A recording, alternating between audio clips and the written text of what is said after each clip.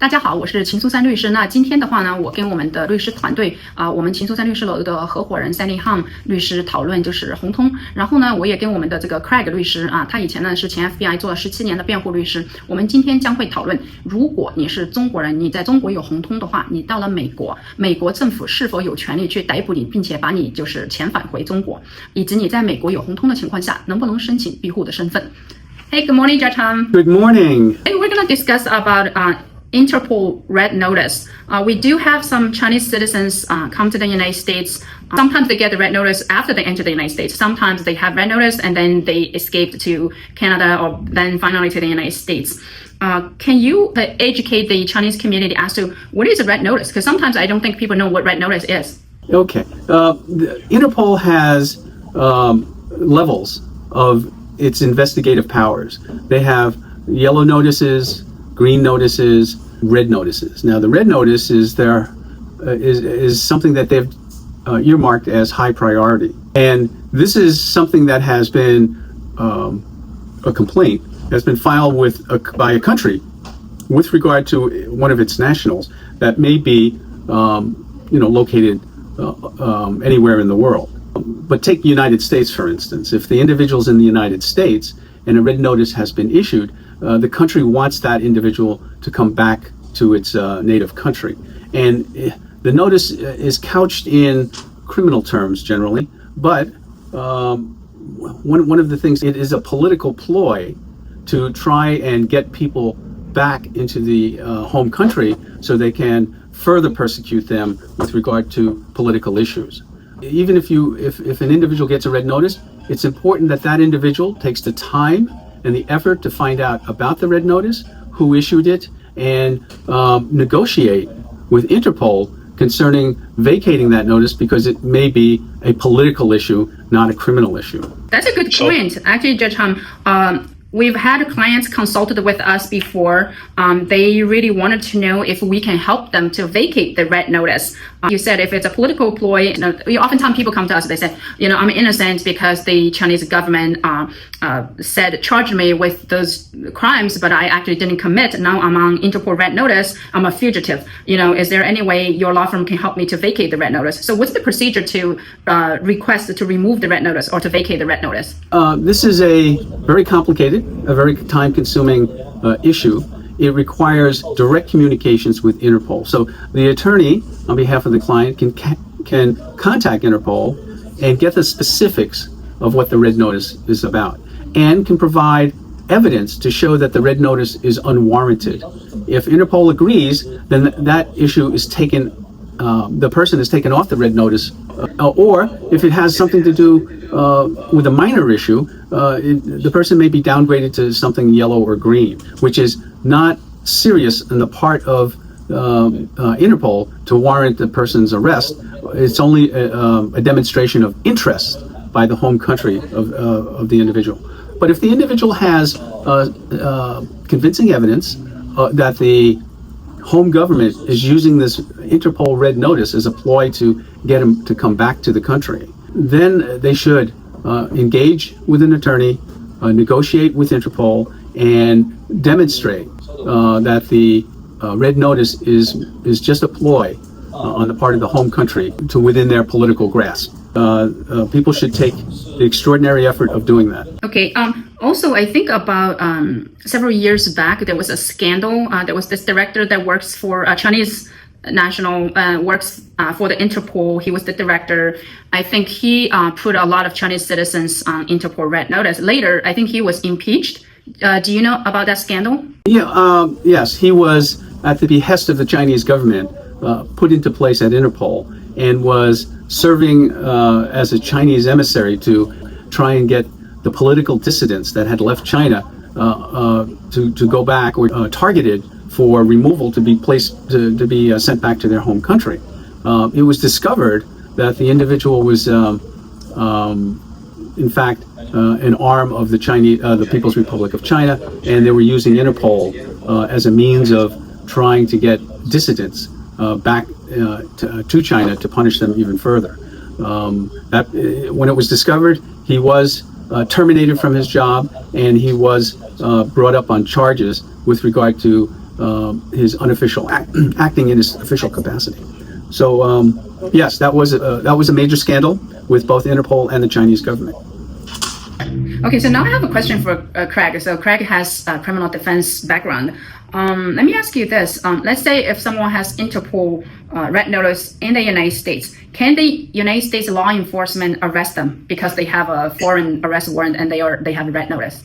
Well, now under the Trump administration, a lot of the rules have changed, and the Trump administration is very focused on increasing its numbers for deportation, and they're looking for anyone with any kind of who's touching law enforcement in any regard. So yeah, I think law enforcement is looking for people with these red notices, so the government can claim that they're making a strong effort to detain criminals, and they're going to identify every single person as a criminal, whether you're innocent or not. The government's going to label you as a criminal, and they're going to do whatever they can to deport you. All right, so Judge Tom, you were an immigration judge sitting on the bench in New York for 30 years. During your tenure with the immigration court, did you deal with any red notice cases? I did, probably anywhere between half a dozen to a dozen cases. But generally, the individual comes before the court based upon an immigration violation, like they've overstayed or that they've violated the conditions of their stay while in the United States that have nothing to do with the red notice. But sometimes in the investigative zeal of the agency, they discover that the person may have a red notice against them from their home country. And the issue comes up in which the government has the right to cross-examine the individual as to the propriety and the relevance of the red notice, whether it impinges upon the person's moral character or does it show some propensity for criminal activity or other adverse factors. But generally, the individual comes before me on an immigration violation or a failure to maintain status, and the red notice issue comes up when the government performs its background search concerning the individual, and then they ask questions concerning it, trying to show to the court that the person lacks moral character or lacks discretionary determinations to their favor because of their red notice by Interpol. Now, as far as I know, none of the individuals that came before me was arrested under a red notice. So while a red notice sounds, like a very serious thing, and it can be a very serious thing, understand that the country in which the individual is in does not necessarily have to arrest or extradite or remove the person back to the home country, but they do provide Interpol with notification of the person's whereabouts. True, when somebody has an Interpol red notice, when they get arrested by ICE, put in removal proceeding, of course there's going to be a bond hearing. Usually this kind of bond is quite high. I remember many years ago, I actually attended a bond hearing in New York. We were able to secure a bond, but the bond amount was like $250,000. Is that normal for people with red notice? Well, generally, I would say now in the present atmosphere, immigration enforcement atmosphere, if a person has a red notice, it'll be unlikely that they'll be released on any type of bond. But a high bond is at least an indication that the court feels or the judge feels that the person is a flight risk because of the home country's particular interest in the individual to have him come back to their home country, and the allegations that are lodged in the red notice. And they have to be serious allegations. If they're minor ones, then it only relegates to a yellow or a green notice or a blue notice. But if it's something serious, then it elevates itself to a red notice. And during a bond proceeding, one of the primary issues is the person a threat to the community, and is he or she a flight risk? And having a red notice is an indication that the person may be a high flight risk. So I have a question directed to Craig. So you used to work for the FBI, right? So since Interpol red notice, it's federal, it's the United States' obligation to the Interpol. Does the United States have an obligation to arrest those people with Interpol, arrest anybody who has red notice and then extradite them back to their respective countries? I mean, I think the United States tries to cooperate with foreign governments. I don't think they're going to independently on their own start investigating individuals with red notices unless it's brought to their attention by a foreign government who specifically requested, hey, we have this red notice for this individual. We would like him back. And then they would look for cooperation with the FBI to investigate the matter. But the FBI is not in the business of doing the work of foreign governments. But interest of cooperation. If there's a specific individual that a foreign government is interested in, they can elicit the support of the FBI to investigate. And to arrest that individual. And then what happens in the immigration proceedings and the removal proceedings is an entirely separate matter. Interesting. So we actually had a case a couple of years back. So this Chinese citizen, I think he fled from China to one of those countries in Europe. And then he applied for asylum, but I think that particular country denied his asylum. And then he was extradited from that country in Europe to the United States because the FBI requested an extradition to get him to the United States because the United States, I guess, charged him with some crimes. So that way gives the FBI, give the United States grounds or reasons to extradite him from Europe to the United States. Once he is in the custody of the United States government, and then they put him in removal proceeding. Is that something that the United States government can use like extradition or red notice Interpol as a reason to arrest the people, and then as a political reason to deal with China? Yeah, and unfortunately, a lot of politics does play into these matters. Just an example on the state level, if you were to extradite someone from state to state, you need the governor to sign off on those approvals for extradition. So similarly, on the national level, the president needs to agree to for extradition, or the U.S. Attorney's Office. So it is very politically sensitive issue when you're involving these foreign governments. But I think the United States wants to do its part to identify dangerous individuals that are also dangerous to the community in the United States, and then work with the foreign governments to extradite people that they want, and also in exchange, we want extradited people back to the United States to face charges for crimes that were committed in the United States. So that's the politics of everything. I understand. Okay.